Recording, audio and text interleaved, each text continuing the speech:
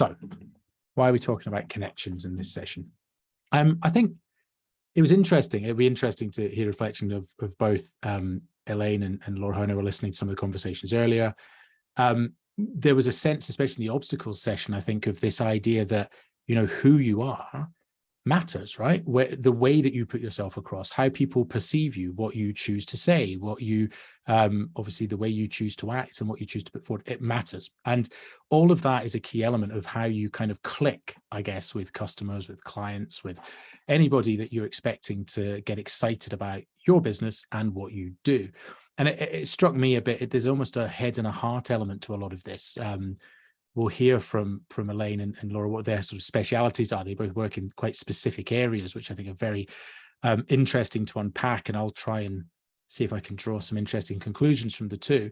But I think, we are all in a position where we're looking for people to kind of really connect with our businesses or us as individuals, in their heart, right? In their guts. We can have all of the logic, we can have all of the well, the price is right and I've got this value proposition that is made in the right way, and we've got the right partners and all of these things. That's all super important and all stuff that we would of course highlight. But if you can't get people to sort of understand who you are, right? If you can't tell that story in a way that gets people to, as I just said, click with you, then you're always challenged. So I thought it'd be an interesting angle to talk to both of our guests today, who I am now going to spotlight. Here we go, Laura. And am I in the spotlight? No, I don't know what's going on there. And that's what. No. You were in the spotlight. You're also sharing screens. So. That's why I can. That's why it looks different. I think that's why it looks different. Right, let's try again. No. Are you spotlighted? Are the right people spotlighted, Michael? Yeah, it's all working. All right. It looks different on my screen than it did earlier, so I'll just accept that and move forward. Oh, there we go. I know what I've done. Oh, if only this technology wasn't in the way, everything would be so much simpler. But then we wouldn't be here, would we? So we've got Laura and we've got Elaine, and I'm very happy to welcome both today. I guess as a first step, it would be great just for you to obviously introduce yourselves and just share a bit about what it is you do and how you help people and their businesses and so on to connect with the world around them. And Elaine, great to start with you. Oh, there you go. I've panic. I know, because Laura's first, so in my view. Oh wow! I just like to shake it up and cause trouble. Hello, everybody. Lovely to see Carol, who's on camera. I always love people on camera, and I know Portia and everyone else in the room. So I'm Elaine Powell, and I predominantly work with experienced experts who want to deliver outstanding keynotes and deliver TED Talks without wasting time and money, so that they can increase their visibility, credibility, income, and impact in the world. So that's my value proposition. Like, it's just in a nutshell, it just rolls off my tongue. I've said it so much on Clubhouse. It just becomes second nature, who I serve. I also added in what people don't want, which is to waste time and money. I added in what they want on the kind of the lower level of the surface, which is they want to deliver, get paid to speak, deliver presentations, get on a TEDx stage, but ultimately they really want credibility, visibility, income, and impact. So I added that right at the bottom. Lovely to see you, Portia. Come off camera. Fantastic. So that's a little bit about me. No, that's brilliant. And teaching in there.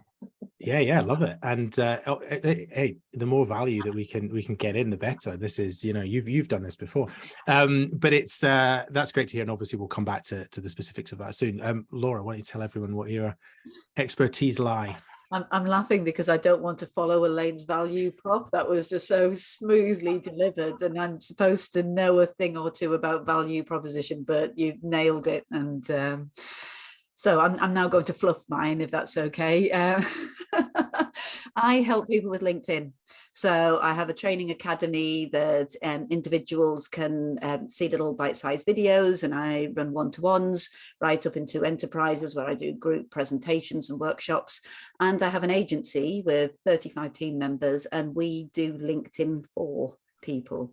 And it's about achieving the goals that you want to get from LinkedIn. A lot of it, it's sales, but it's very much a marketing-led activity.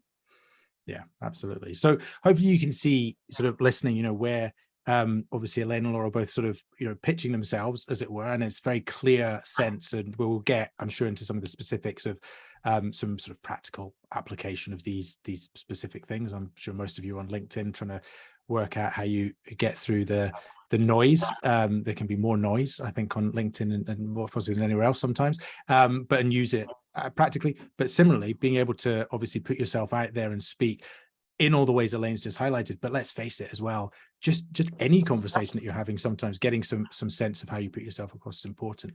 And I guess the way that I want to start is the thing that when Michael and I were coming up with who are we going to invite to this this event for this day, and who are the people that we were going to talk to, we'd actually, I think, just done a session with you, Laura, that the week before pretty much we started to come up with this. You did one for us a few months ago, and I was really interested by, I guess, the sort of flow of that conversation. I think there were some people, and I'll put my hand up to being one of them, who sort of go, okay, LinkedIn, I know I've kind of got to be on it, and I don't like going on there because it's not a place I particularly like to hang around in because of the kind of stuff that's there. But there was this real good conversation we had about this sort of the false persona that you can put across, and people trying to think, this is what I meant to say, this is how I meant to look, this is what this is what somebody could do, and actually just working out, who are you, what value do you have to share, and what do you have to say. And so we can revisit that in a second. But Elaine, from your point of view, just because you weren't in that conversation, is that something you think about with the clients that you work with? Presumably some people come to you who are have said some experience, but they've got bad habits, shall I put it that way, or maybe things they talk about, or maybe they just don't know what to say to stand out. Yes, definitely. I must admit, when you were talking about LinkedIn, I'm like, I'm going to start, because it's such a great connector, building relationships. So I'm definitely going to be jumping on and using it a lot more.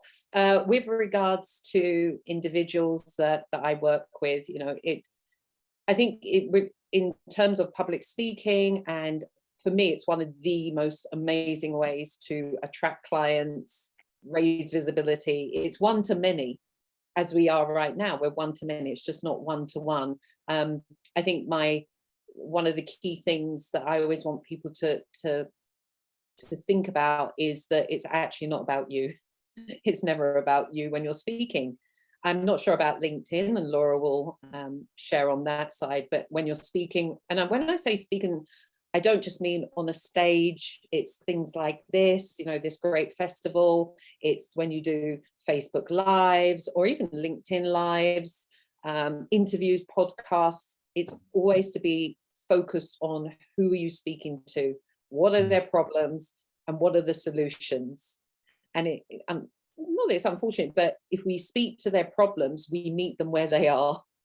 And then we can take them where we need to take them. So I think in terms of speaking, I'm always having people get past this, because that's what's in the way themselves. Yeah. Oh, what if I get it wrong? What if people are bored? I. It's not about you. And that's a great thing. You can just relax. Your job is to show up the best version of you, because people buy into people. So yeah, that's what I have to say on this.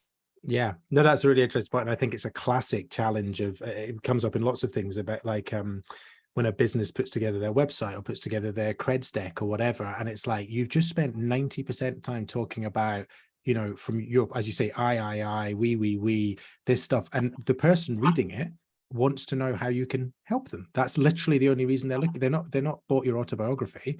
They're looking at how you can help. Laura, how would you pick up that baton? Yeah, it's ringing. There's so many things that are ringing through here. So when you write a post, and you might want to put your own opinion in fact, you definitely should be putting your own opinion in, but then you need to ask others what their opinion is, and that's where there is that natural instinct to talk about yourself. And the people who you're talking to on LinkedIn will only want to talk about themselves. So if you put something out there that you want them to because they will naturally, and the way to get them talking and engaging on your posts is to say, oh, well, I think that, and I think the other. And the absolute principles apply in the inbox as well. Like, I've got 3 pillars of conversation handling, and it's show interest in them, mirror their style, and then add value to them. As soon as you start talking about, oh, I do this and I've got these sorts of services, oh, you know, I'm now going to talk about you. Do you need that thing that I'm offering? Nobody wants to hear that. But if you actually pay a bit of attention to them, it actually really stands out, because so many people don't do that. You know, it's I guess it's that default that you're talking about, Elaine, is that you default into I. And you can really stand out by defaulting into talking and showing interest in your audience. Yeah, it kind of reminds me, it's a bit like, I don't know, you know, if you watch First Dates on Channel 4 or Go on a Date, indeed, I haven't for a very long time. But, you know, that sense of, it's like, well, obviously the connection, I use these examples because people hopefully understand them, but, you know, the connection is going to be better if you ask people questions, if you take interest in what they do, and so on. And I think the thing that I've always found funny is, presumably people understand all of this, because everyone complains about spammy LinkedIn messages, or everybody would complain about, you know, listening to a speaker who just sat there the whole time and was just like, well, they kind of, you know, they told us a lot of reasons they were wonderful, but they didn't really share any value, and they didn't really, you know, give me anything to take away from it. And you would then be off, you know, moaning about them in the bar afterwards. But doing it is hard.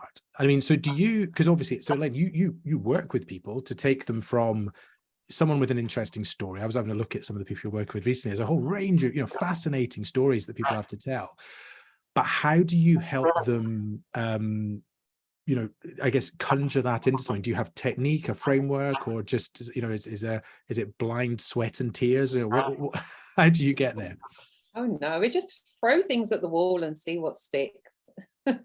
No, there's frameworks. You know, I think as speakers, one of the key things is to have frameworks that we can just pick bits out of. You know, I've got in the paid speaking realm, obviously there's the TEDx that I work with, and we have a framework around that. But in regards to speaking and getting paid speaking, I have a framework on presenting. And it's knowing how to deliver that presentation from the moment you open your mouth. It's all about them. Even that your story, we say, you know, meet them on the ground floor, take them down. You've got to take them down. You're going down.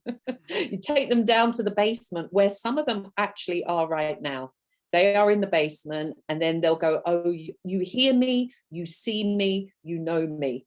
And that's where the story comes in, that whatever story you're telling, the audience has to relate to that story, or else it's like, why are you telling me this? And very importantly, you know, they're thinking, why should I care? What's in it for me? So your story has to relate to the audience, where it's knowing who that audience is one of the most important things when you pull together a presentation. And then you're in the basement with them. They start to know, like, and trust you. You can make them cry. I'm wicked, isn't it? Make them cry. Rub salt in the wound, because people don't take action unless they get the impact, unfortunately. It's human nature.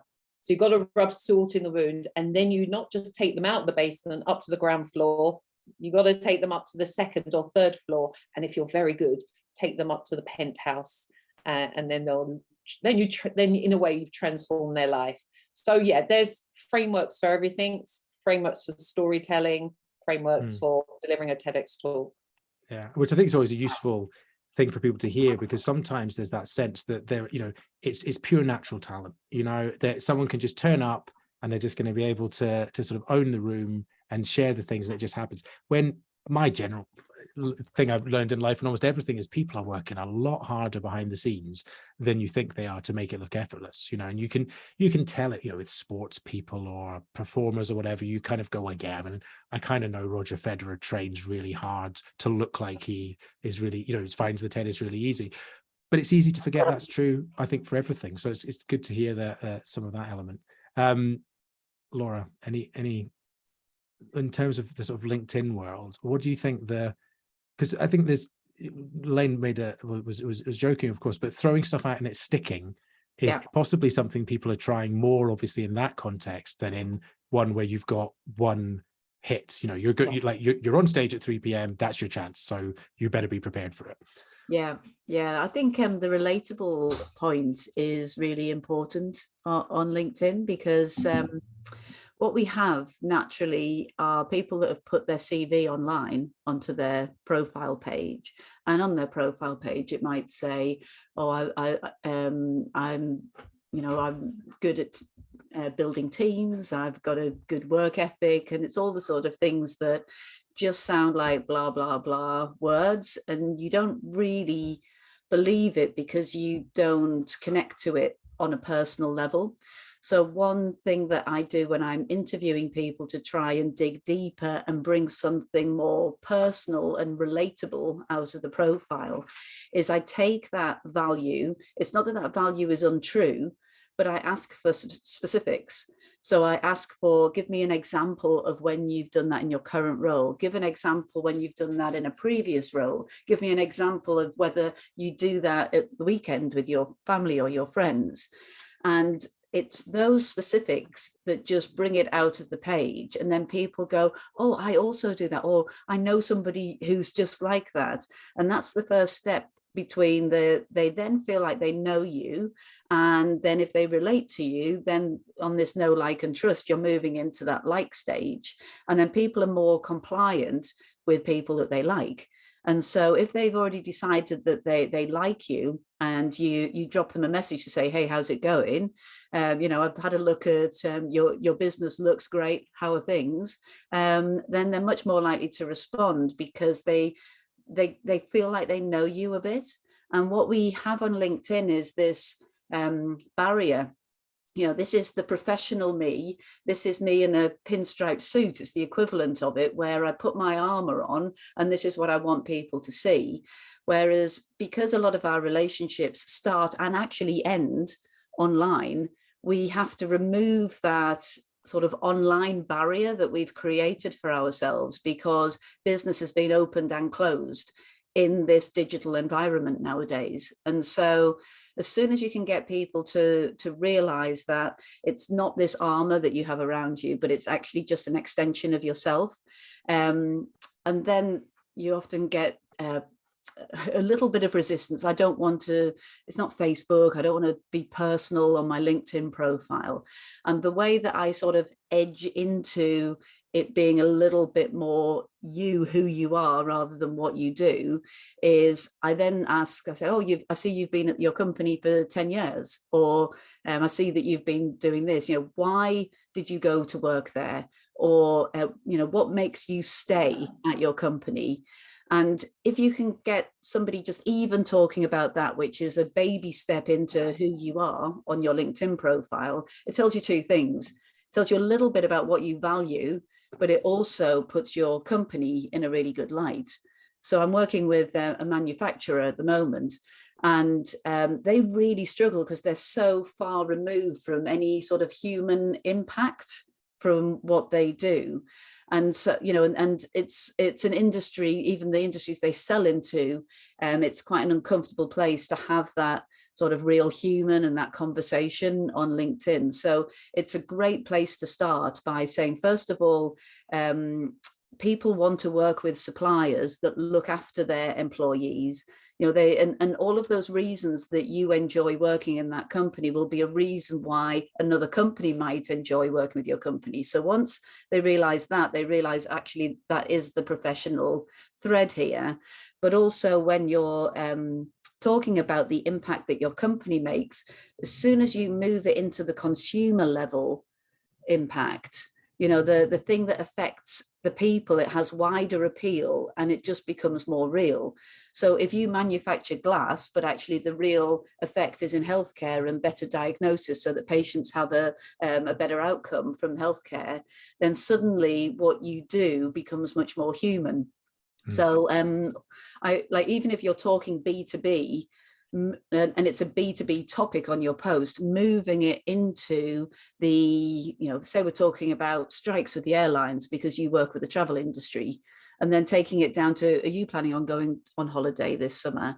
And that's how you can get, because people will only comment with their personal opinion on your content. They don't feel comfortable making a company opinion on a post on LinkedIn.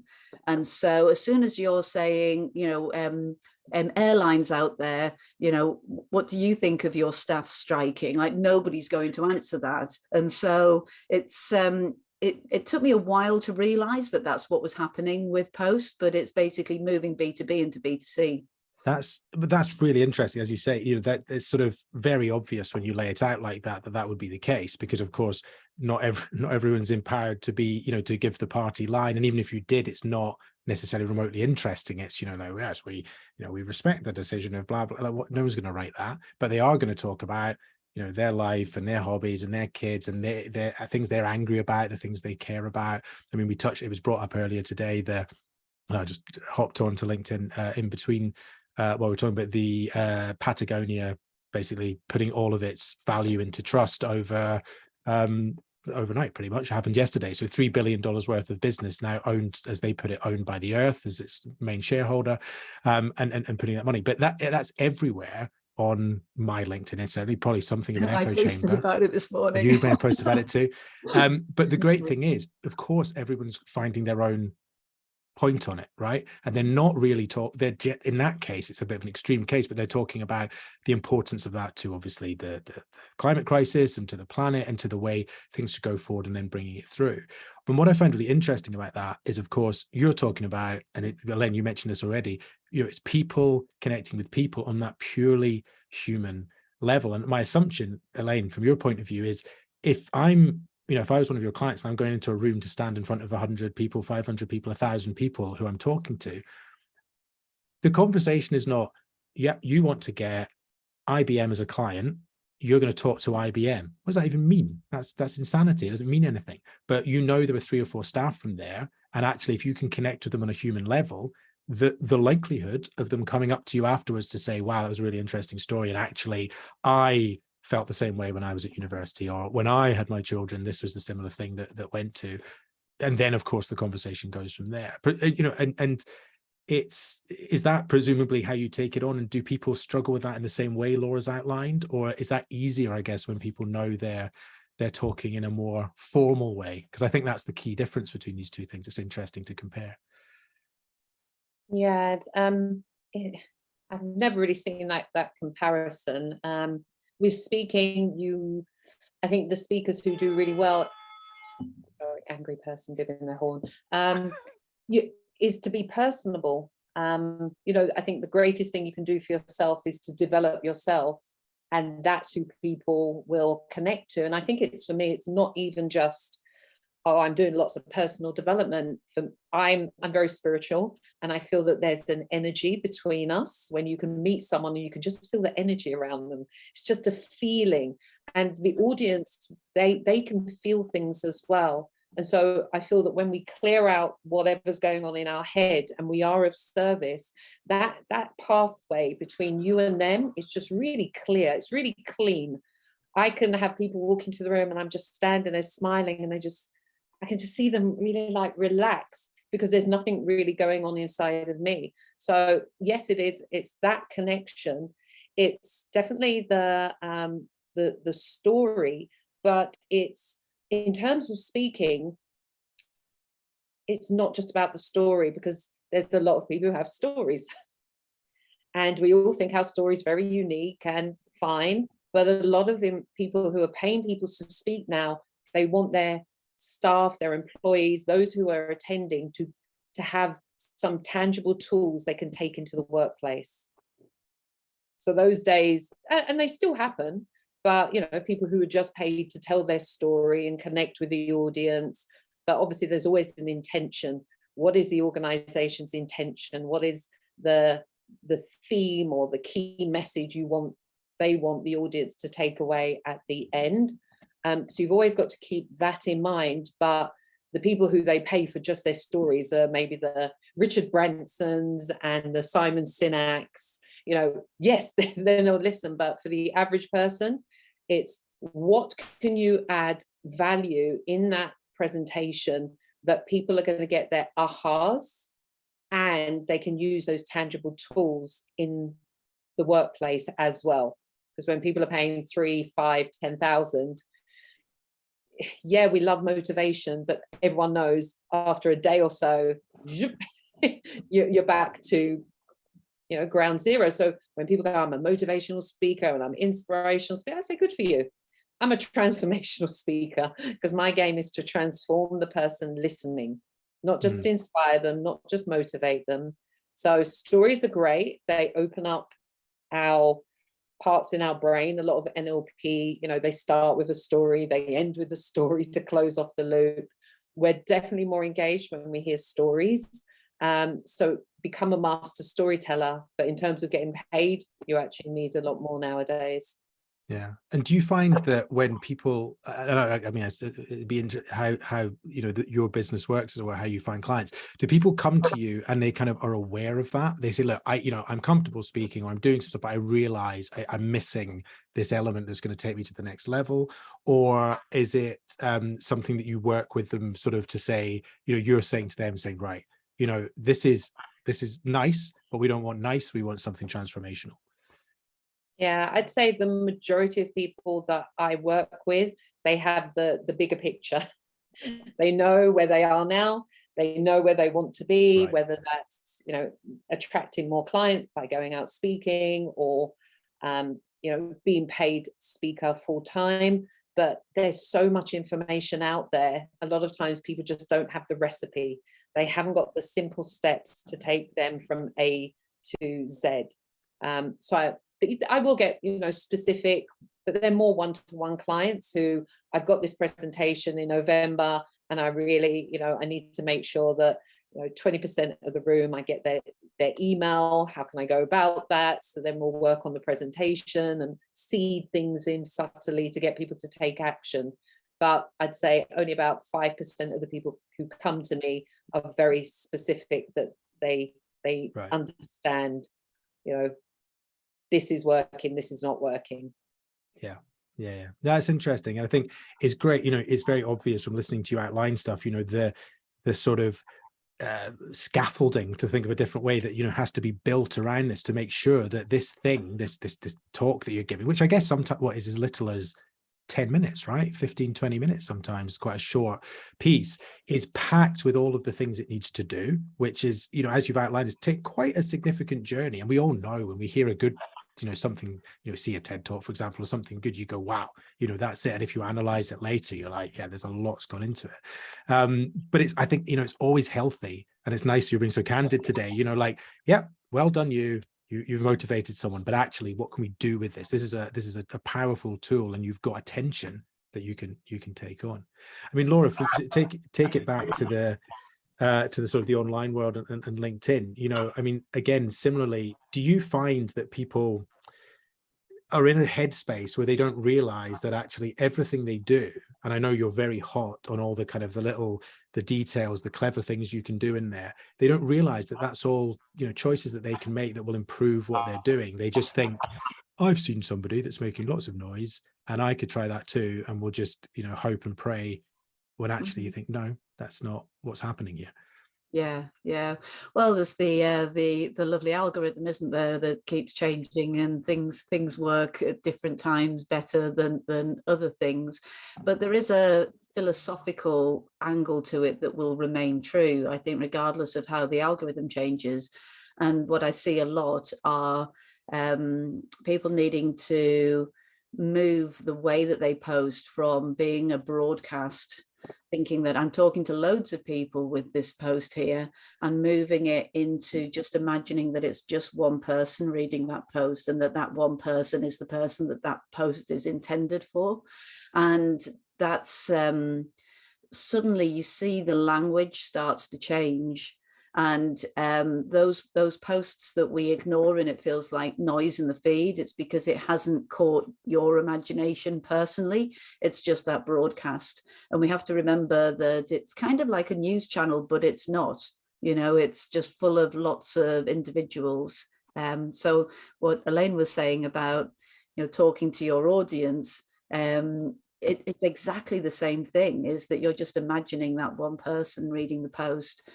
I do analyze posts on a practical level every month, and I'm with a networking group called Business Leaders Family, and I joined them because I saw their post. I saw some of their members' posts. And I was like, gosh, you get a lot of engagement on your posts. And I realized it was part of this networking group. And the group, they share their results. So we analyze the types of posts and so on, but also with Pitch One-to-One, we've got 70 odd profiles that we manage, and we've got all of the stats for those. So lots of different size companies, different industries, different profiles, and trying to spot trends and things like that. And I was doing it last weekend, and I'm pretty sure that the hashtags make no difference whatsoever to the reach. And I'm really upset about it because I bang on about hashtags all the time. There you go.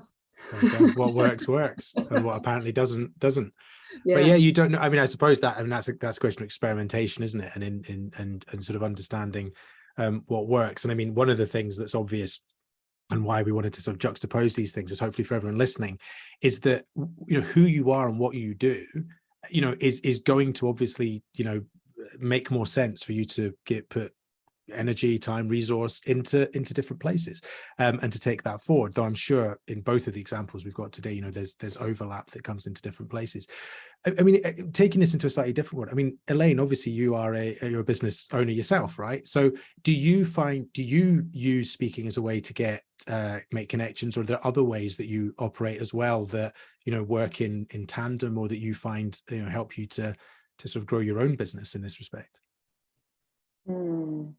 I feel that it all comes back to speaking, because even when I have a year-long program where we spend 6 months focusing on getting people on the TEDx stage, and then the other 6 months focusing on going out speaking if they've never spoken before, getting paid speaking if they've got paid before. And so that's the program, but how people lead into it is, for me, still speaking. So I do Facebook ads. Because as a business, you know, organic is organic, but we need leads. We need constant qualified leads. You know, the types of people that we know are that we can do the best, get the best results with. So I do Facebook ads, and then they jump into a masterclass, which I had last night. And so for an hour, I'm teaching, I'm talking, and then I give them a call to action. I do rub salt in the wound slightly, because people won't take action until they feel the pain, but I also show them what's possible. But it's still speaking, it's still connecting. And then I, you know, offer them a call where they jump on the call with me. Once again, still speaking. So I find, in terms of the business, that works really well. And I must admit, in terms of going on stage to promote that business, I haven't really started that entrepreneurial space yet. I'm more going into corporates and delivering, you know, presentations there for them. But I'm sure at some point, I was watching Nick James today. He's kind of well known in my space, and he's got these big events with all these people coming, and he's got Lewis Howe and Gary Vaynerchuk, and I was like, yes, at some point I'm going to be running my own everyone dancing event. But, you know, in my industry, we know that speaking is, and for me, it's not even just that it raises your visibility, credibility, and income. It's who you become. That is priceless. Who you become as someone who knows how to take people from here to here. You know how to shift the energy in the room. You know how to lead people. You know how to comfort them, how to make them cry, how to make them laugh. Who you have to be in order to do that, you take into all areas of your life. So I feel it's not just in speaking, it's in who you become. So it's a lot to do with the mindset as well. Yeah, I hope I've answered the question. No, absolutely brilliant. And I, you know, we talked a bit about mindset in the obstacles conversation we had earlier with Alice and Manish, and I think, you know, and in fact, you know, it was also a thread in the motivation point. You know, this sense of like, well, the more you do, the more you embed it into everything that you take on, it helps you, it improves. And I think all those examples you gave are great. I mean, for me as well, I've certainly recognized that. You know, I don't know how many times I've sat at this desk with a group of people. We do partnerships with people like the British Library and as you know, and all sorts of different universities, accelerators, and so on. And of course, the advice, you know, one was giving 3 years ago, having these conversations, thinking you were already quite an experienced, professional and so on, it transforms over time, and it's much easier to understand what the person on the other side needs and what they're looking for. And so it's really interesting to hear you break it down as someone who's so, obviously sort of commanding in that space, to sort of go, yeah, you can kind of reflect on that. And I mean, I know, what you have, your self-awareness to know how far you need to go as well. But actually, you kind of go, well, that stuff rings true, which I think is the first step as well. I mean, a similar question to you, Laura. Is LinkedIn where you kind of attract people, or are you out there doing other stuff too? Yeah, it's either speaking. So I've definitely won new business from content that I've written or podcasts that I've been on, but the majority of the time it's through LinkedIn. And it's quite lucky that I'm talking on a platform about how to be better on a platform. So it's just really naturally easy. Just as Elaine was speaking about speaking, the most underused thing on LinkedIn, underused by me as well, by the way, so just a note to self, is video posts. Because if you want to be really relatable, if you want to just quickly move through that know, like, trust, video will do it 10 times quicker than a text, and you'll just stand out so much more as well. And I think that's you mentioned just in the intro, Robbie, about the noise on LinkedIn, and standing out it's blinking easy. Get on video with your face in it and say something useful. And it's the combination of talking to one person, making it personal, adding your own flavor of opinion, but also providing something useful that people can take away and use that day, or change just one little thing. And oh, look, suddenly I'm able to now make more connections, have more conversations. Yeah, I get a real buzz out of here's one tip, and then somebody coming back and saying, I just changed that one thing and what a difference. That's, yeah, I should probably talk about those moments more on LinkedIn. So there's 2 notes to self: is get on video. And if this has just been useful to you, Laura, then that's great in itself. But it is, talk. I think again, all of this stuff, talking, speaking, having these conversations, Elaine laid out, really well there. I think the sort of the landscape from the one-to-ones all the way to obviously the bigger stuff. It's all helpful stuff, isn't it? To everyone that's listening, as individuals, you improve as you do it. Interesting as well, you start to touch on how you differentiate there, which of course is the next session. We'll be starting in 5 minutes. Hello to Susie and to Andrew, who have joined us. I know you're there already, which means that thankfully we've managed to get all 8 guests in the right place at the right time today. And that's made me happy above all else. Before we finish, are there any practical tips from both of you, Elaine, Laura, that you think is just the thing that is your little bugbear about the world that you operate in, that you just want people to grasp and get to know? You're nodding your head. Go on, Elaine. What's your practical tip people can take into the world with them? Immerse yourself in some form of coaching and training. Like, I get when we're entrepreneurs and we're like, oh, money's short. But if you keep on saying money's short, that's going to be your reality. Money is short because that's what you're putting out into the universe. I've put money for 10K programs, 12K programs on a credit card. And I just made sure I did what I say I was going to do. I didn't use my reasons and excuses when not to do things, so that I got a return on my money. I ran a summit when everyone hit when the pandemic hit, because I came online. I was like, it was 12,000 US. I was like, oh my God. So I did my summits, and then I ran my first program and I made £45,000. I paid that back, and obviously I made a profit. I think sometimes as entrepreneurs, we're getting these, let me do a little bit here, let me take this free. Free is not going to give you the how. Free is not going to immerse you in the conversation. So if you want to be a master of LinkedIn, do a LinkedIn training. Learn from people who've spent years, have the knowledge. Same with, StoryCube. Just know that time and that money is going to be valuable for you. I think I've spent maybe nearly 100,000 on my own development. and I'm jumping over to the US. I am aware of time. I'm jumping over to the US. All right. And, you know, I've got a couple of speaking engagements that are booked there. And I'm coming from a 3 to 5K speaker up to a 10K speaker for these engagements. Now, I know, I'm humble enough to know there's a gap. There's a gap between someone who delivers at 5 and someone who delivers at 10 and 15. What am I doing? Am I just going to go, oh, let me just try it out? Hell no. I've got a coach, and we'll look at positioning, marketing, my keynote. Even if that money that I make goes to these people to train me, that's fine, because now I've got something that I can just rinse and repeat, rinse and repeat. So the bottom line is, invest in yourself, in experts that will not only save you time, they'll save you money. Actually, no, they'll save you money, but time is the most precious commodity. So stop wasting it. You can see I'm a... It's very hard not to get swept away with you, Elaine, isn't it? It's great. I love it. And really interesting, I think, there as well for you to quote some figures and stuff as well, because always in these conversations, you know, it's as easy to sort of go out and people get a real sense of what you're talking about. People never like to say what they earn. They're all like, oh, they go around it. Like, seriously, come on. Yeah, what all this looks like, because that's, you know, it's real life. We know where you are. All right, Laura, your final tips. Gosh, following that, Elaine, that really inspired me. Thank you.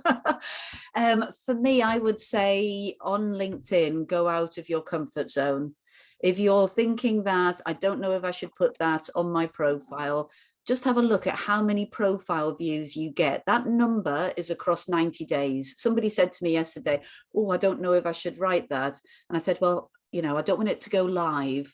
And I said, well, how many people are viewing your profile in 90 days? He said 29. And I said, well, nobody will look at it for 3 days. So you've got you know, you can see it live and you can change it. Your post, if you just be honest and just say it as it is, as if it was myself just having a chat with Robbie, and I would be blunt, I would be honest, and I would just say it as it is, that is really refreshing. Or make a bit of a joke about something. And if that's not what you're used to doing on LinkedIn, but that is how you would just normally talk, then go out of your comfort zone and put it out there. And you know what, if it's a flop, that means nobody's seen it. So you haven't got that much to lose, and everything can be deleted. So yeah, go for it. Well, that's, isn't it? I think that's the overall, so, you know, you've got to make things happen. Thank you so much, both, for giving us your time. And we didn't get, I did trail earlier that there might be a super secret extra subject. I'll leave it now. It was stand-up desks. We had a very long conversation about stand-up desks in advance. You may notice both Laura and Elaine are standing, and I was feeling terrible because I'm just sitting down like someone who's, you know, has 2 small children and doesn't like to move if they can possibly help it, other than to you know, sort of nurture his offspring. But it's yeah, been wonderful to have you. And there's a link somewhere back in the chat to a very nice standing desk if you're interested in that at all. But I'll leave you to pick that up online with both Elaine and Laura. Thank you so much. There's links in the chat to LinkedIn profiles and websites and all sorts of things. And we're gonna move on now. And I press the right buttons. Let's unspotlight you to our final session of the day. And welcome, oh, here we go, Susie Warren-Smith. Let's see, add spotlight. And Andrew Dobby, hello, sir, to talk about differentiators. Now, why have we introduced this? Well, it's our 4th session of the day. And I think a lot of you have been with us on this whole journey, which is absolutely fantastic. You know, we've a pretty consistent group of people with us through the day, so they'll have been able to see everything. It's one of the key sides of the story cube. You know, you've got to stand out, and we heard just there, you know, really in that conversation that we had from both Elaine and Laura, the benefits of that in their world. You may have heard in the past, you know, different often beats better, you know, and one of the things I think is nice is it's not necessarily an overly expensive thing, you know, to sort of be different, you know, and stand out and go in. So I guess what would be a wonderful place to start, because both of you, of course, we invited because I know that you've been able to do that in your careers and continue to do it. What you do, why you're here, and how you've got there. Susie, we'll kick off with you, because your journey's a great one. I'm here because you yours, Andrew, obviously, but just, you know, we'll kick off. You asked me, so I'm here. So I'm retired, actually, so I don't have to go on LinkedIn and promote myself anymore, which is marvelous news. And I started my business in 2015 at 55 years old as my last hurrah. working in corporates and all sorts of other things. And I wanted to do my own thing because I was fed up doing stuff for other people and felt I could do things differently, but more importantly, with the right culture and values, I suppose. So I suppose it was a bit of an experiment. It was my last hurrah. I put in nearly everything I had, which was probably a stupid bet, but I just reckoned if it went pear-shaped, I could go back to London and get a job for another 6 years or 7 years and replace the money I'd lost. And yeah, I just started on my own conservatory, and then in 2020, I sold it to Ernst & Young, which was very nice. And I then had to do a few things for them for 2 years, and then that finished in March. So I'm now free. I can say what I want. I don't have to worry they won't make the final payment. So it's all done. And I think growing in 5 years to a 1 million net profit business was occasionally wobbly, but I think I learned a lot along the way, and I'm very happy to either take questions or share it or explain. Yeah, well, tell us, to explain because you kind of set out on a path to not be the same basically as the competition that was out there in a fairly dry world, I suppose. Yeah, so I'm a marketing person and have been all my life, and for me, marketing isn't about the channels that we use. It's actually an organizing logic. So marketing for me is everything. It's absolutely everything. And what you need to do in your business is you need to put the client absolutely at the center, and then backwards you make decisions about what is convenient for them, what works for them, what makes them see you, what makes them listen to you. And it's not about what you think, it's about getting to those people and making sure everything you do is organized backwards from that. So marketing is a client-centric organizing logic, I suppose. So for me, the classic one that I see is I get very excited. I organize, I get involved in something, and then I buy it online, very excited about it to arrive. It could be quite expensive. It could be an amazing company. And then they use the cheapest courier they can. And that courier doesn't deliver it on the day that they do, or it's broken, or they're rubbish, or they don't communicate with you properly. So that is a really bad piece of marketing from the client, from the company perspective, because actually they haven't thought about what the client is going to get at the end of the day. And those sort of things are not about price. They're about experience, the client experience. And I think as an owner of a business, you need to be the champion of the client all the time. Is this the payment method they want? Do they go on LinkedIn at all? If they don't, you don't need to be there. Are they, how do they get information? Where are they? What you need to be? And that's where you work backwards. I get a little bit upset with marketing people who say, you got to be on Facebook and you got to do this. Like, why? What you need to do is work out where your client is, and that's where you need to be. If they're all over Facebook, you better be all over Facebook. If they're all over LinkedIn, you need to be all over LinkedIn. But if they're not, don't waste your time. Don't worry. So the client is at the center, and then working backwards, you differentiate yourself from the competition based on your service logic and your values. Because I think people make buying decisions with their heart and don't make it with their head. And so, for example, I could ask you all what car you drive, and there will be a reason why you drive that car. Whereas actually, if you used your head, you would buy the cheapest model on the market, the cheapest one you could find, but nobody does. It's wrapped up in a whole emotional thing about your identity and perceived things about this, whatever. So people don't buy with their head. They make emotional decisions, and you've got to stand out and help them with those emotional decisions. You've then got to make sure that you endorse their decision to use you. So once somebody's bought something, you then look for reasons to justify the fact you bought something. So, I bought a really nice picture. I then have to justify to my husband why it's really important I bought this thing. And of course, if the service is rubbish or it doesn't turn out like it is, it gets hard to justify why you've made that decision. So you're there to help that client justify when they receive what you have. And then, of course, they become your most amazing ambassadors and word of mouth. And that's how you get repeat business and grow because of your reputation. And reputation is about, underselling and over delivering and making sure the experience outdoes what somebody expects. And then you get a great reputation. And for me, I went into financial services. Oh my God, that's boring. And nobody ever invites you to dinner because nobody wants to talk about tax or anything like that.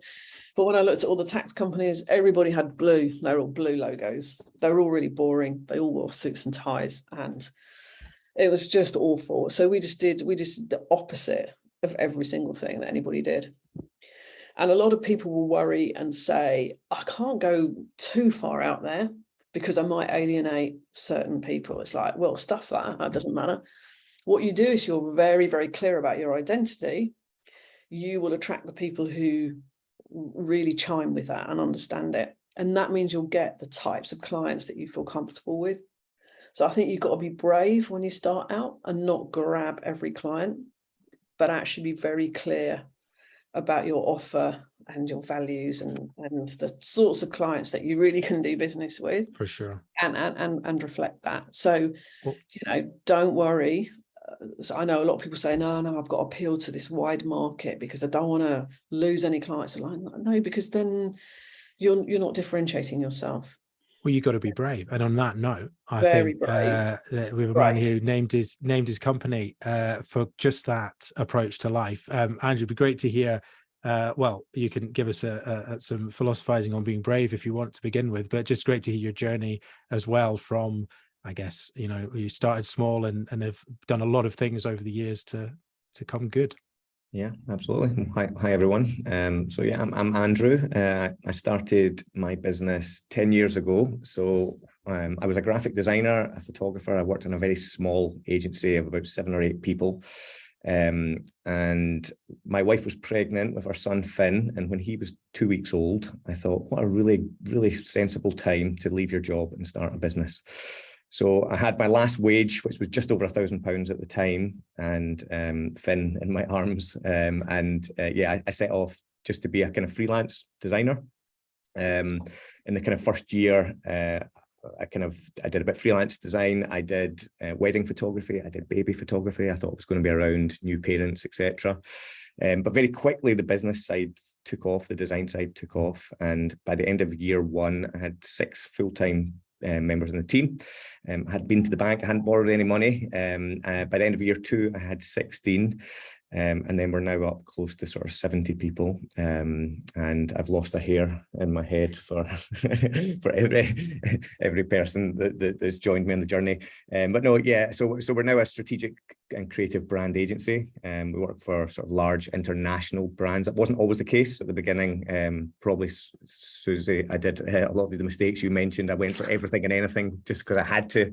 But over the last 10 years, I've crafted that to become much more known for, I suppose, kind of branding from the inside out is what we're famous for. I very much believe that the best brands are, no matter whether they're people or product or service businesses, they're all built from people. So I suppose we've approached it from I do appreciate and believe in, thinking of the customer, but I've also kind of tried to have the approach of kind of, if I look after the people in the team and create a great culture, they will then, of course, look after our customer as well. So I've tried to focus my whole business around culture. And I suppose where we probably differentiate from a lot of agencies is that a lot of agencies, quite rightly so again, concentrate purely on the work. And the way I looked at it when I joined was I'd never worked in a big agency. I didn't quite know how it all worked. So I always looked and thought, why did none of them grow their own brand? So, I think for me, I looked and I think there's about 22,000 creative agencies in the UK, and they all create great work, and that should be a given. And that's like Susie said, the product needs to be great, it needs to be fit for customer, and that's so in a creative agency, the work needs to be great. And to differentiate me, I thought, I'm going to grow a great brand, a great culture, and that's going to set us apart and going to make people go, I want to buy from Made Brave, rather than just look at the work. Because ultimately, in service-based businesses, the talent moves around. So people that are in my agency will be in someone else's tomorrow, and so on and so forth. So that it's the one part that you do have complete control to differentiate, and it's your own brand and culture. Yeah. And as you say, you kind of, well, in both cases, you've highlighted how you thought, why not? Let's start this thing. What's the worst that can happen? I think we've all done. I'm sure most people in this call probably made this call at some point. Me and my wife decided we'd both leave our jobs. We didn't quite have a baby at that stage, but it was on the way. And you go, well, it'll be fine. You know, we've got to make it work. And I think in the last session we heard that point that you set your stall out, and then you've got to work out how to make it run. I mean, if you found, you're based up in Glasgow, not far from me, but you're in the nice. I'm in London. You're in London right office now as well. So I'm in King's Cross at the moment. So. You're in King's Cross at the moment. Well, there you go. Normally you're in the nice. I'm usually, you can tell from my south, accent, I'm usually on the west coast of Scotland. So I'm in Glasgow. Right in the way. Have you found that was a useful differentiator for you early days, you know, in terms of being either local to clients or in terms of just offering something different outside of the London? I think it has been, but not purposely that I approached it that way. I didn't want to be a Scottish agency, and no disrespect, you know, to anyone that does. I just felt that, you know, I was always like, I wish I was in London because this would be growing much faster and everything would be happening because I could see how much. So, you know, this is kind of why I'm down here now, because there's way more opportunity, you know, for businesses like mine. So over the last few years, we've really sort of coached our team into the idea of, it doesn't matter where we are. We might have been born out of Scotland, but let's be the best in the world. So, you know, I travel a lot with my work, and I've got a brand and creativity podcast, Just a Chat With, if anyone wants to look at that. Get it It's in the chat, a very selfish excuse for me to be able to reach out and talk to the most amazing creative and branding minds in the world. And what I've realized talking to the most amazing people is that they're only it's just a tiny little bit up. They're just they're just doing a little bit more than other people are often doing. And so what I've tried to instill in my team is that we're in Glasgow, we're in Scotland, wherever we are, let's just be the best of the best at what we do and have a global mindset. And so very much we'll push our team in that perspective of, and I like to sort of say to them as well is, let's not compete against the best, let's collaborate with the best of the best. And, you know, and that seems to be kind of hopefully working. Yeah, no, interesting. And so, as you said, you know, you've retired now and enjoying life in a certain way, but you've got a food podcast as well, right? This is something you spend your enjoyment, retirement time on. Did you set out to differentiate that in a way, or is that just for fun? I hope you don't mind, actually. I'm not going to answer that question. I'm going to follow on, if you don't mind. Go on. Andrew, because actually the people and culture thing, I can't tell you how important that is. So when you've got a business and there's 3 or 4 of you and you're involved in everything, everybody knows what the culture is. But as you start getting successful and you grow and you're at the top of this pyramid, and then there's 10, and then there's 15, there's 20 of you, it's so important that you recruit the right people who just get what you do, because you're not going to be there all the time anymore. So they have to understand what you stand for, really want to do it and be part of it and be part of the vision and the story and just get it, because you can't be there all the time to dictate it. And therefore recruiting the right people is critical. And then spending time with them so they get the story, they get what we do, they get how we do it, they get why it's so important, and they just become part of it. And the best days you ever have is when you hear a member of staff on the phone to a client or whatever, and they're saying exactly what you would say. You haven't told them, it's just coming out of them. And so particularly for us, what we would do is we didn't recruit on whether somebody's got a degree or what jobs they had, or just absolutely couldn't care less. And we were interested in behaviours and attitude, and that's what we would measure at interview. And we'd ask them silly things like, what's your favourite film then? And how do you do this? And what do you do this? Because we're really trying to get inside whether somebody's a sort of person that would share your vision and be excited by it. We couldn't care less what they'd done before. In fact, I never even asked for references or anything like that. And we certainly didn't do job ads where you say, you know, you must have 10 years experience and you've got to have a degree in this. Who cares? That doesn't mean anything. It might if you're a brain surgeon or a lawyer, of course, but not in our business. And then you spend a lot of time coaching people, training them, supporting them until they just go and fly on their own, and you get rewarded that. So for me, that's, you know, I'm sure Andrew will be the same. Once you get to size, you aren't the organisation anymore. There's all these other people, and keeping hold of that's quite hard. Actually, it's quite hard, and it's your biggest challenge as you grow. Don't know if Andrew agrees. Yeah, no, exactly the same, and we're the same. I look more for attitude and behaviour, through that interview process, and less about past. I also like something that someone shared with me a few years ago that I've used recently that I really like now as well, is in the early days I probably looked for a cultural fit at Made Brave, but I now look for a cultural add. in the hope that I'm looking for people that bring different experience and different backgrounds. And it's a really nice sort of shift in your mind to start improving the culture you have and the sort of the mixing pot or the available mixing pot for ideas. So yeah, we can look for that. Again, I'd endorse that. I mean, a truly diversified workforce is just is a force to be reckoned with, and that isn't about just gender. That's just not good enough, and it's not about different nationalities or ethnicity. It's about people with different backgrounds and different educational experiences and all that, because everybody then will have a different view. And when I first started, we used to recruit people in your own image. Well, they get my sense of humor, and they go, but actually it doesn't give you a wide enough thing where people will challenge and come up with great ideas. So you have to actively recruit, not in your image, and get people who think in different ways. And I think that is a real key to success. And that will give you differentiation, because in big organizations, quite often those people are subdued or trodden on, not allowed to speak. And well, great, because it gives us a competitive advantage. Thanks. Yeah, it's a really interesting. I mean, I think number one, it highlights the importance of all of, and you laid it out as you started, Susie. Laying out, you've got to bleed this stuff through everything. If you're going to be different, you've got to be different.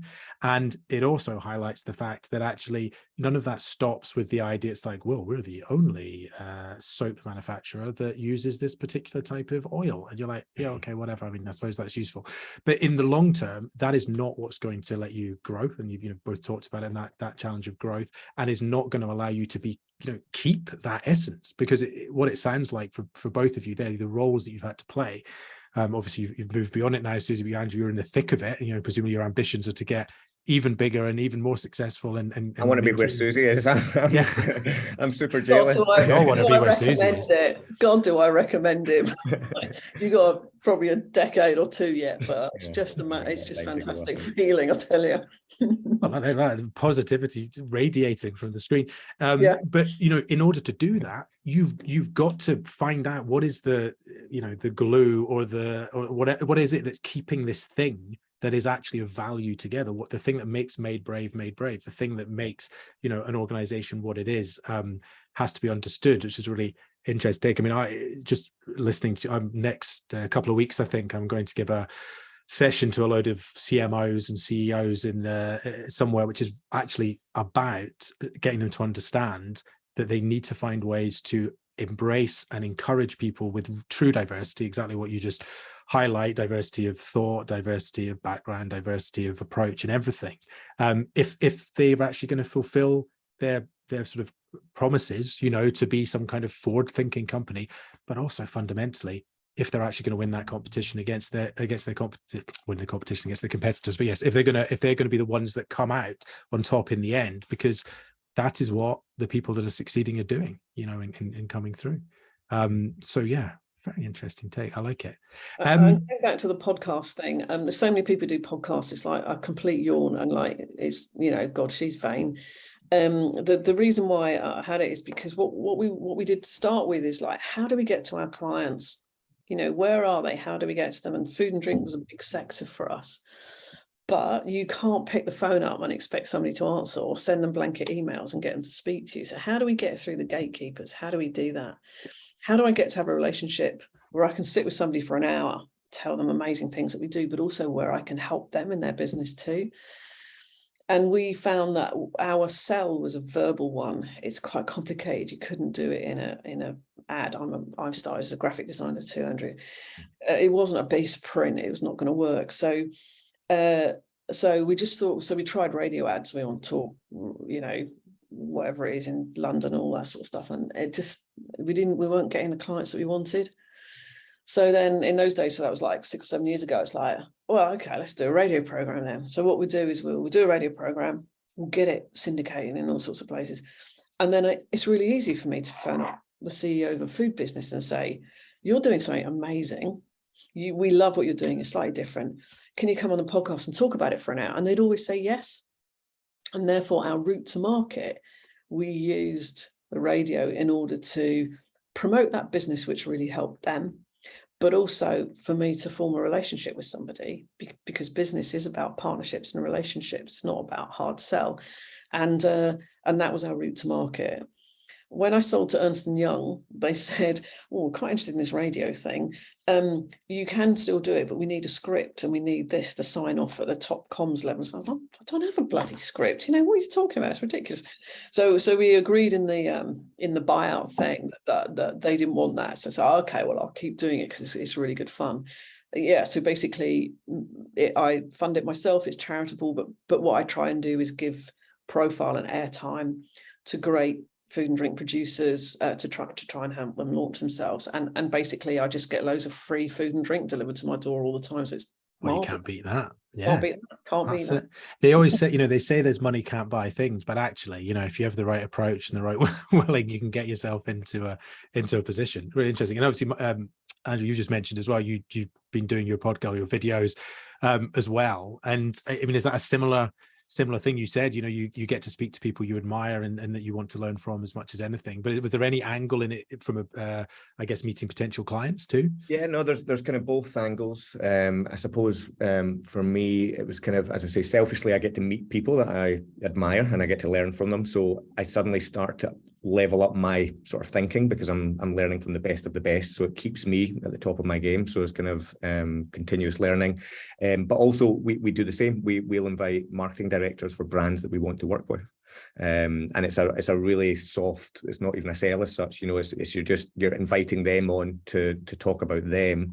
But during that process, you most likely become friends. They're on your LinkedIn feed, and it might not be now, but sometimes it's in a few years. And that's the same reason, and this will be music to Elaine's ears, I'm sure, that I've kind of grown my business through public talking as well. And it's the same reason I do that, is that since the very beginning of Made Brave, I've just shared my story, that 2-week-old baby, £1,000, and then every year I do hundreds of talks, and I telling everything I've learned, and I give every single thing away, and it comes back bucket loads. Like people are all so scared to share. I will tell you anything and everything about my business. I totally agree with that. And I think it was really interesting what Laura was saying earlier about being on LinkedIn and doing the video thing. I have to say, not my thing at all. What I would much prefer to do is I'd much prefer to target a client. I really want to work with those, even if it's just I want to learn off them. And I'd rather do a video thing where we're interacting and having a conversation, even if it was 2 or 3 minutes, that other people can learn from, because I know I'm going to help that person specifically, and then I've got a really good fine chance of getting them as a client.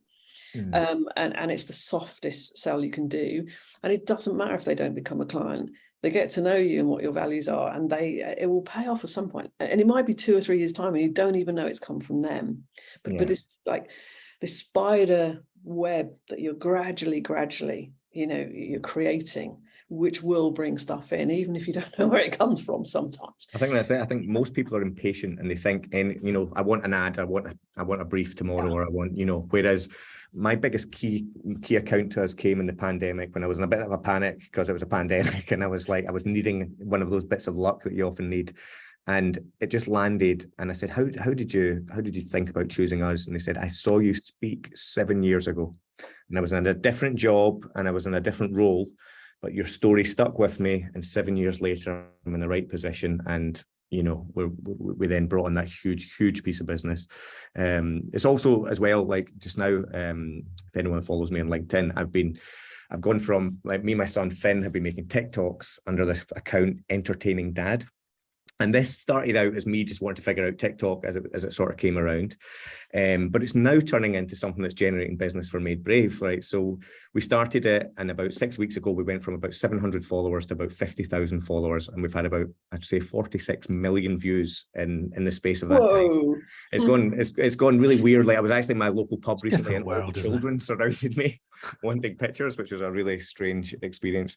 But what's been great about that experience is, like, with TikTok, I just threw ourselves in, we're learning it. And it's the same with when everyone was talking about LinkedIn. You just get started and start working it out and start honing and figuring out what is working.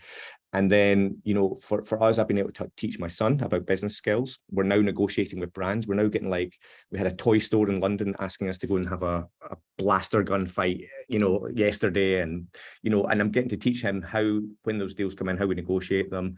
I'm also got a perfect case study for TikTok. So when my clients come in and say, we want to learn TikTok, well, I've figured out how to get X amount of million followers, except, you know, so I think it's with these things, it's just, you need to get out your comfort zone, be brave and push yourself into, you know, situations that you don't feel comfortable in, and very quickly you start to. Yeah. I would add though that it's incredibly seductive. So you must keep your eye on the fact this is business development activity. And you know, because you and your staff as well can get off the track where it's all of a sudden the radio program's really important. No, the radio program is to get new business. Yeah. That's what it's for. It's not vanity. And you know, I see a lot of people on LinkedIn and their videos and stuff, they sort of make me laugh, because it's like, you know, it's the big I am, and oh look, I'm going to tell you about it. I don't want to listen to you, thanks very much. You know, there are some great people too, but you know, why are you doing it? And make sure you've got the eye on the prize. And is it the right route to market for you? And you know, try it. As Andrew says, if it doesn't work, well, try something else. It's fine. If you've got a small business, you can just change the next day. And then one day you're going to hit a seam where it just works. And you know, as you clearly have, you know, stick with it and go for it. But remember, this is a business development pipeline that you're driving. Don't get seduced by it.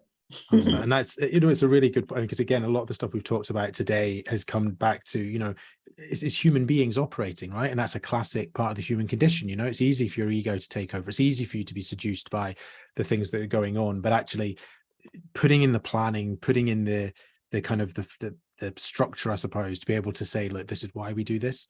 This is what it's supposed to achieve. And actually then you can measure it. You know, if you've got sort of smart targets or whatever you want to call them, you can actually see where you're going. I just want to pick up, it's really interesting. You mentioned the time lag there, Andrew, 7 years, you know, from someone listening to you to coming in. And just to highlight for everyone listening and for who will watch this video later, you know, regularly, I think that's something that people just sort of get they can't see on those timescales. You know, they can't see that sense of, well, actually, if you, it's like right, basic, you put £1 in the bank and you get 5% interest every year, what 0.19% interest every year. But actually, you know, after 10 years, suddenly that stuff's growing, right? It's compound interest on the things that you put out into the world will come back. And, you know, personally, I've noticed the same from, you know, from my business interests and stuff that comes from the weirdest of places, you know, 2-3 years later, and you go, I didn't even know that thing, you know, that podcast was still online, or I didn't even know that that person still knew who I was, who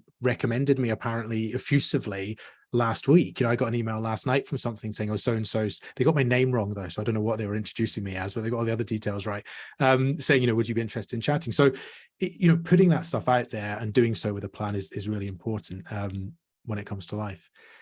Taking this into we've got about 15 minutes left. Are there people, because what's brilliant is you've obviously both laid out with absolute kind of, you know, backing to the confidence of what you've achieved, you know, your points of view. And I think it's been brilliant for everyone listening today.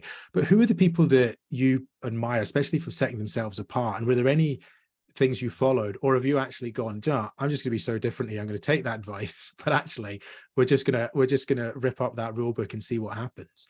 But yeah, you know, just it'd be interesting to hear how you kind of became the people you are, I suppose.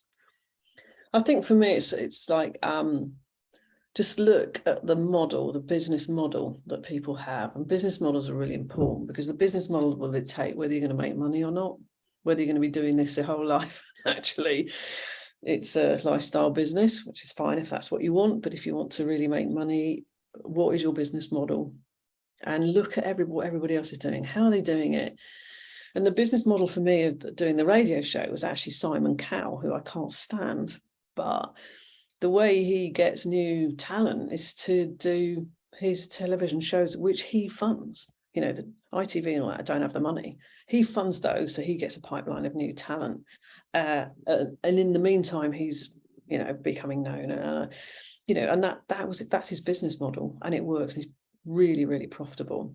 So have a look at all the different business models, not necessarily in your sector, and can they be applied to what you do? If you're doing it the same as everybody else, you know, what is the buying decision based on? It's really hard. And then do everything different. And I would always choose a sector where it's just staid and old fashioned and everybody's really lazy and you know, it's not value for money. and go for that. So for example, at the moment, I come across a lot of food and drink brands. Why would you start a gin brand? There's bloody loads of them. There's so many, you can't differentiate yourself. Don't go there. You need to be somewhere where other people aren't, and you need to do it differently. But again, because I'm a graphic designer by nature, like Andrew, and a marketing person, it just is so natural to me to start from that viewpoint. I don't know if you got the same thing. Yeah, for me, I'm not one of these people that like specifically follows certain companies. You know, I didn't go, I want to be like X. I think it was kind of good. I hadn't worked in big agencies. I didn't know what that world, you know, there's loads of roles I didn't even know what they meant. So I just kind of went with my gut and sort of what was working for me. And I kind of almost purposely did that once things started to work. I just made sure I didn't look at other things because I didn't want to almost seep into my consciousness and start to be just like everyone else. I thought I'll continue being as sort of different as we can. And it went down to just like even things like how we did team photos, and you know, we had us like hanging out of helicopters and all sorts of stuff, and you know, and just trying to do anything that felt right, that seemed to work. And I think though, but as a creative person, you know, you get inspiration everywhere. I've got inspiration on this call today. I'll get inspiration talking to someone standing in a lift, you know, watching how humans interact, or when you're on a bus or a train. So I think we're quite lucky in that sense. And I just try and soak in everything I can. And I just try and look at everything with a positive mindset. It's getting bashed out of me a little bit, the longer I go in business and the unexpected challenges that appear.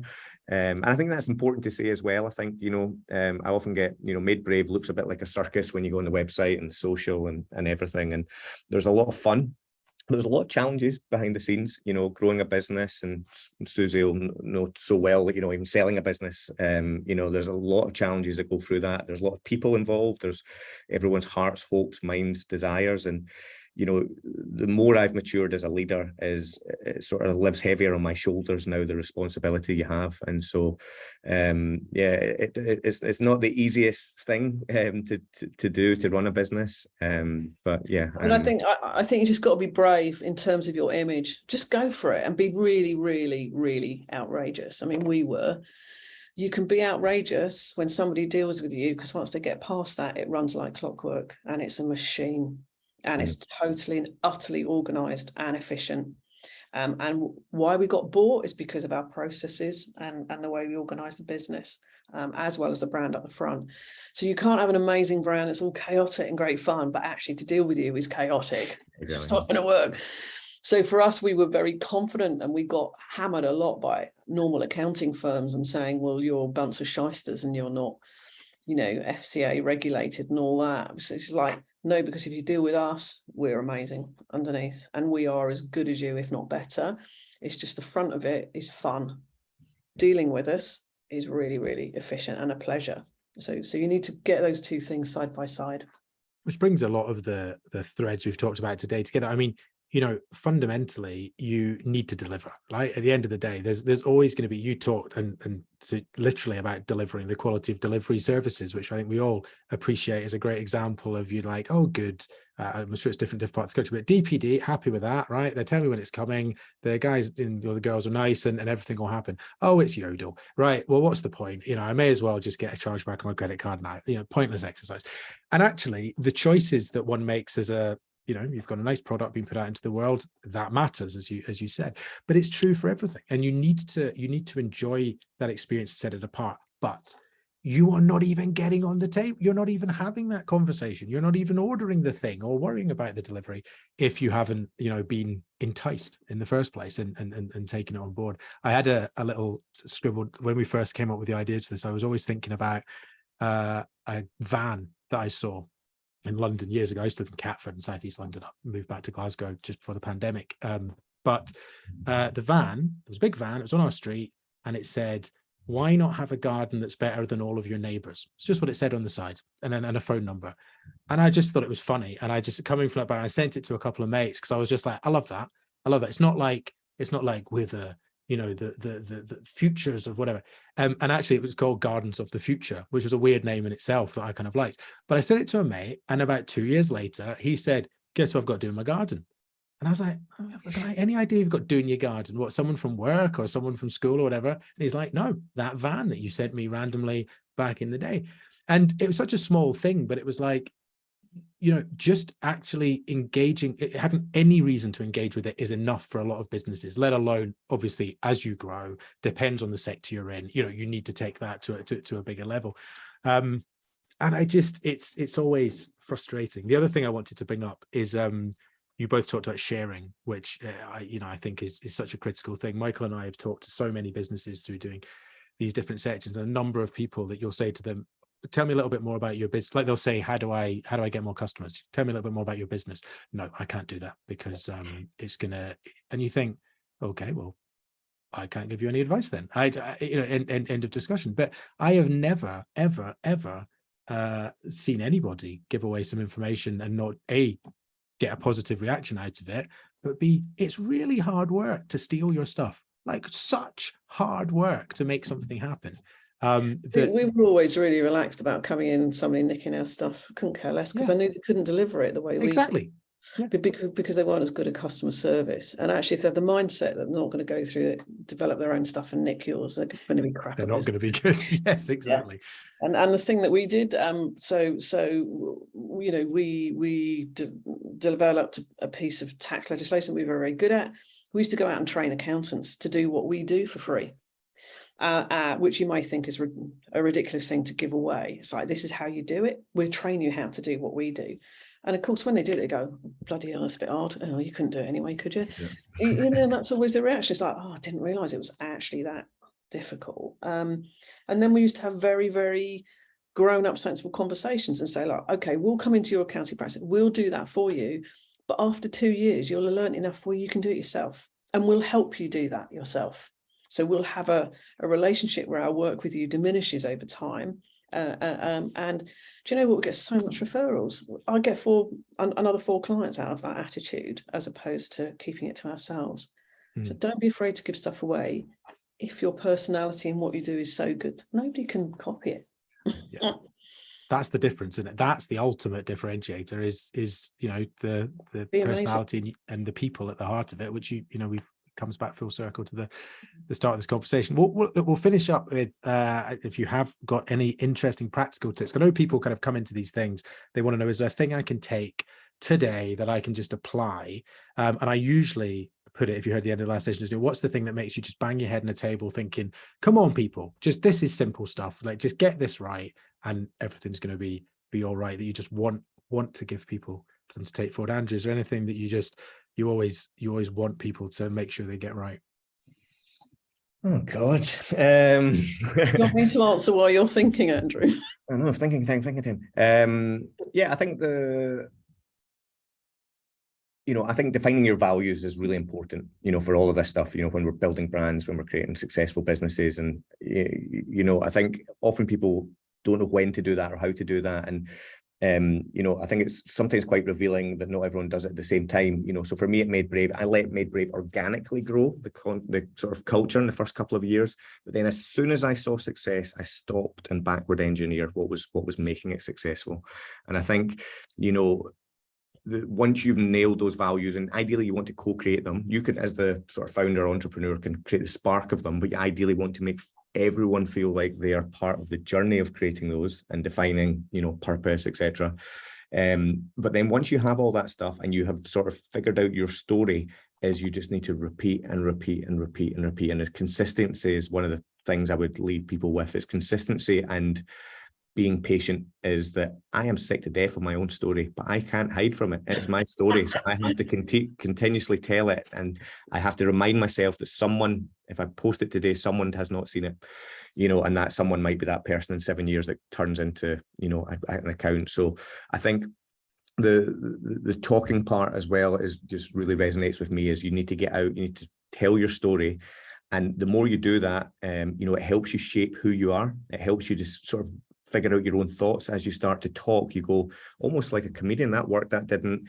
And actually, I don't think that, and you evolve. And so I feel like I'm doing a similar talk when I do a talk now, but it's evolved hugely and I've matured hugely through the process of doing it. So I think there's that repetition and consistency and patience. No, I think that's great. And I like that little metaphor, the comedians of honing their act. So that's nice. Susie, final words of wisdom. Yeah, I get asked a lot. So I wrote this book through which I get no profits, by the way, because I want to try and help as many businesses as possible. And in there, I sort of put, thinking about, oh, okay, these are the 20 things that I think you need to get right. So say I don't make any money out of it, and it's free on Kindle. It's called Swimming on My Own. And so in there, it's a lot more detail. Number one priority for me, though, you've got to get your financials right. And if you're not all over your figures, or I depressingly meet too many business people who say, oh, I don't really understand the figures. It's like, what are you in business for then? You must, if you're not experienced in finance, go and get trained. You've got to know everything. You've got to know your balance sheet. You've got to understand it. You've got to know where you are at the bank. You've got to understand the cash flow. And if you are going to sell your business, you certainly need to be all over it. And it's critical. And if you don't have an underpinning of that, you won't survive, I'm afraid. So you've got to get that right. And find a co-founder that knows it. Yeah. Yeah, and you know, I do get a little bit depressed about the number of small business people who I know are not going to survive because they just don't get the fundamentals of business, and even when they've got great service and products. So please teach yourself that, or get somebody to help you, or do whatever. But you can't devolve it to somebody else, I'm afraid, if you're a business owner. You've got to learn. Critical stuff. Right. I always remember the sort of look I get. I spoke to an accountant many years ago who said, he was talking about business, and he went, now obviously he said one thing that you may not be realizing, you need to put money aside to pay your tax bill. I'm like, yeah, I thought it was going to be slightly more. I thought if we're starting there, we can move along a little bit. I've got that far, but it was like 90% of my clients that haven't quite covered that. So I think it's great advice, and thank you so much as we hit ourselves on 3:30. Perfect stuff. For taking the time, because I appreciate you've got, well, I was going to say that, Susie, you haven't got anything else to do by the sounds of it. You're just enjoying life. But Andrew, to be honest, I'm just about to go for a quick swim, actually. Oh, beautiful. Are you in the sea? Oh God, no, my pool. Yeah, it's heated. Oh, just in your pool. Yeah. Just in your pool. Well, this is what happens, and this, people, is what can happen if you two sell your business to Ernst & Young. I want everybody who's in business to get to where I've managed to get. The pool. That's a very different thing. Well, we hope you enjoy that swim, your afternoon dip in the pool. Andrew, hope your rest of your trip in London is fruitful and everything else. Thank you so much for joining. What we're going to do now, everyone, is I'll just sort of turn off the camera and we'll have a break for 15 minutes. And then we're going to do a sort of reflection session. If you want to stick around for that, I'm just going to really go over kind of what we've taken from today, and then have a bit of an open forum for anyone to share any ask questions or share anything, because I know we've had some of you stalwarts with us, which is absolutely wonderful. Good luck to everybody and your business. Yeah, absolutely. Thank you. Thanks. Right, I will turn things off, share this again. Yeah, we'll be back in 50 minutes, but yeah, we'll be on the chat and things if you have any questions or want any info.